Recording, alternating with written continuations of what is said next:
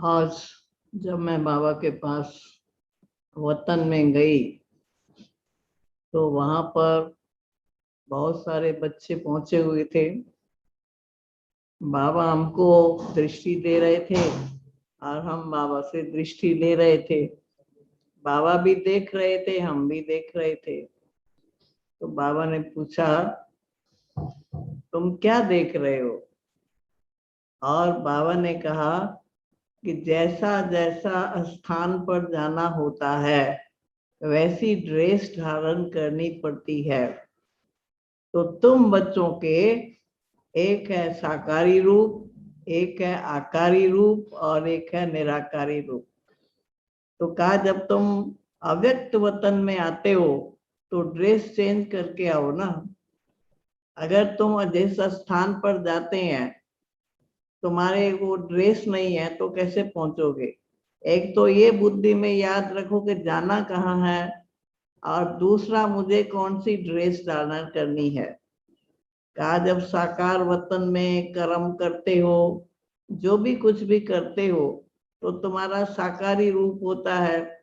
जिस समय तुम आकारी वतन में आते हो तो आकारी रूप धारण करो, और जब तुम बाबा की याद में बैठते हो तो तुम निराकारी बन जाओ।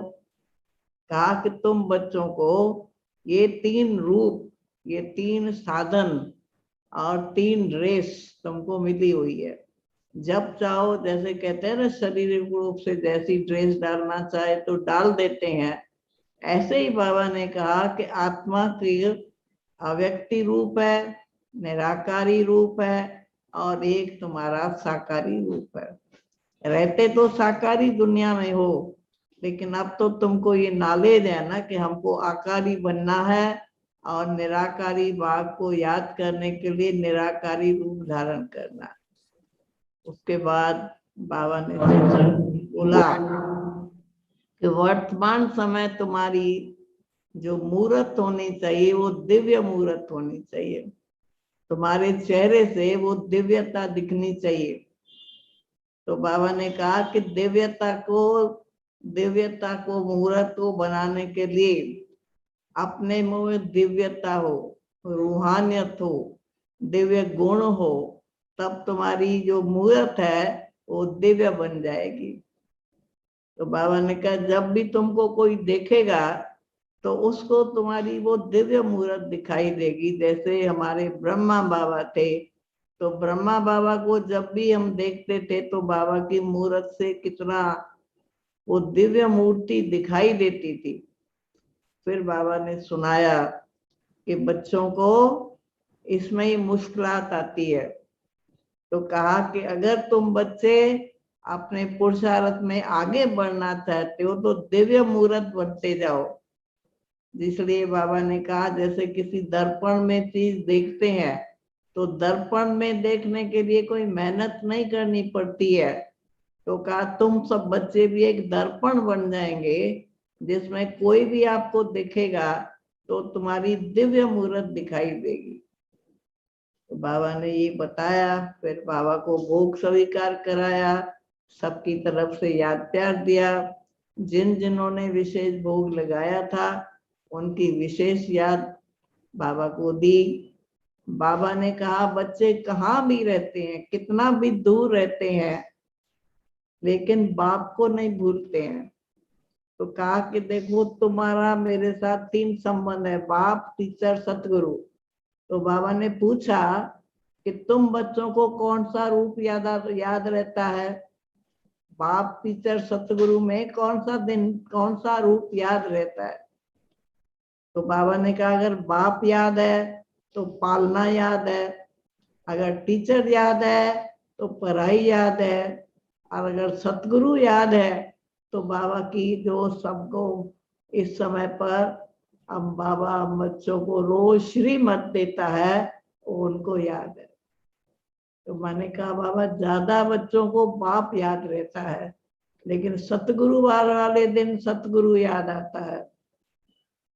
तो कहा जब क्लास में आते हो तो क्या याद रहता है, कौन याद रहता है? तो कहा उस समय टीचर याद रहना चाहिए। जब तुम क्लास में बैठे हो, मैं स्टूडेंट हूँ और बाबा मेरा टीचर है। तो ये तीनों रूपों की याद बाबा ने कहा जरूरी है। तो उसके बाद बाबा को भोग स्वीकार कराया, याद प्यार दिया। तो बाबा ने एक बात सुनाई कि तुम बच्चों को, किसी का जन्मदिन होता है तो भी तुम मुझे याद करते हो, किसी का मरण दिन होता है तो भी मुझे सभी याद करते हैं। कहा जो मरने वाला था वो तो चला गया, लेकिन बाकी उसके जितने भी मित्र संबंधी होते हैं वो भगवान को याद करते हैं। और किसी के मरने के बाद उनको अपने मरने की भी याद आती है कि मुझे भी जाना है, मुझे भी जाना है। तो इस प्रकार से बाबा ने कहा क्योंकि आदि और अंत में तुमको मुझे याद करना ही पड़ता है। तो बाबा ने कहा अभी तुम बच्चे जीते जी मरे हो, जो जीते जी मरे हैं उनको मेरी याद आती है, क्योंकि उनको जीना भी याद है तो मरना भी याद है, जन्म भी याद है, मरण भी याद है। क्योंकि जो ये जन्म है ये तुम्हारा सबसे ऊंचा है, ब्राह्मण जन्म है, और मरना तो है ही। तो बाबा ने कहा एक है जीते जी मरना, दूसरा है मरना। तो मरने के बाद जो चला गया उसको तो मेरी याद नहीं है, वो तो सब कुछ भूल गया। लेकिन जो बाकी रिश्तेदार होते हैं उनको भी अपना मरना याद आता है। तो बाबा ने कहा तुम बच्चों को क्या याद आना चाहिए? कहा संगम समय पर तुमको ये याद आना चाहिए कब हमने जन्म लिया है, जीते जी मर करके हमने अभी ये नया ब्राह्मणों का जन्म लिया है। और किस लिए लिया है? का जन्म जब लेते हैं तो उसमें कोई ना कोई तो लक्ष्य होता है ना। जन्म लेने के बाद फिर पूछते हैं बच्चे का लक्ष्य क्या है।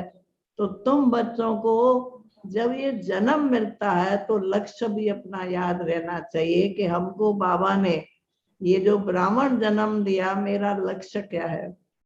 तो बाबा ने कहा ब्राह्मण के बाद तुम्हारा लक्ष्य है देवता बनना। तो देवता बनने के लिए तो दिव्य मूर्त तो बनना ही पड़ेगा। फिर बाबा ने सुनाया कि दिव्य मूर्त बनने के लिए 3 बातें चाहिए। क्या तुम चाहते तो हो हम बन जाए? तो बाबा ने कहा कि उस दिव्यता को धारण करने के लिए या दिव्य मूर्त बनने के लिए एक तो तुम्हारे में श्रेष्ठता चाहिए, दूसरी बाबा ने कहा सरलता चाहिए, और तीसरा बाबा ने कहा सहनशील बनना चाहिए। ये 3 बातें जिसमें आती जाएगी वो दिव्य मूर्त बनता जाएगा। लेकिन तुम बच्चों में कभी ये जो तीनों बातें हैं उसमें से एक बार जो है कि श्रेष्ठता के बजाय साधारणता आ जाती है, तुम्हारे कर्मों में, तुम्हारे चलन में, तुम्हारे बोल में। बाबा ने कहा साधारणता नहीं लेकिन श्रेष्ठता। दूसरी बाबा ने कहा सहनशील बनो। कहा तुम्हारे सामने कुछ भी होता है तो तुम्हारे चेहरे में वो सहनशीलता दिखनी चाहिए। कहीं कहते हैं ना हम सहन तो बहुत करते हैं, लेकिन कहा चेहरा तो बदला। अगर चेहरा बदला तो समझो सहनशील नहीं है। और तीसरी जो बाबा ने बात सुनाई वो है स्पष्टता। स्पष्ट बाबा ने कहा दिखाई देगा। तो ये जिसमें 3 बातें होंगी बाबा ने कहा वो आत्मा दिव्य मूर्त दिखाई देगी। अगर तीनों में से एक चीज की भी कमी है तो तुम्हारे चेहरे में वो दिव्यता नहीं दिखाई देगी। तो कहा तुम्हारा जो चेहरा है वो एक दर्पण है। जैसे तुम ब्रह्मा बाबा को देखते थे तो ब्रह्मा बाबा के चेहरे से ही आपको दिखता था कि बाबा अव्यक्त में नहीं अभी अव्यक्त बने हैं, अव्यक्त रूप धारण किए हैं। कहा तुम्हारे भी ऐसे ही इस चेहरे से बाबा ने कहा उनको ये दिखना चाहिए कभी तुम बच्चे भी दिव्य मूर्त है। दिव्य मूर्त बनेंगे तो देवता बनेंगे। उसके बाद बाबा ने सारी क्लास दिखाई और बाबा ने दिखाया देखो सब बच्चे याद में बैठे हैं, परंतु याद में सभी एक रस नहीं है, एक जैसी याद नहीं है। तो बाबा ने कहा कि जितनी जितनी एक रस याद होती जाएगी तो एक रस बनते जाएंगे, लेकिन अगर याद ही तुम्हारी एक रस नहीं है तो एक रस अवस्था कैसे आएगी। उसके बाद बाबा ने याद प्यार भी दिया, और उसके बाद एक बात लास्ट में बाबा ने सुनाई कि बच्चे, इस समय किसी भी कार्य के लिए तुमको ना नहीं करना चाहिए, हमेशा हाँ जी हाँ जी हाँ जी का। तुम अगर हाँ जी करेंगे तो तुम्हारी जो प्रजा होगी वो भी हाँ जी करेगी। इसीलिए बाबा ने लास्ट में ये सुनाया, फिर सबके लिए बहुत बहुत याद प्यार दिया और छुट्टी दे दी।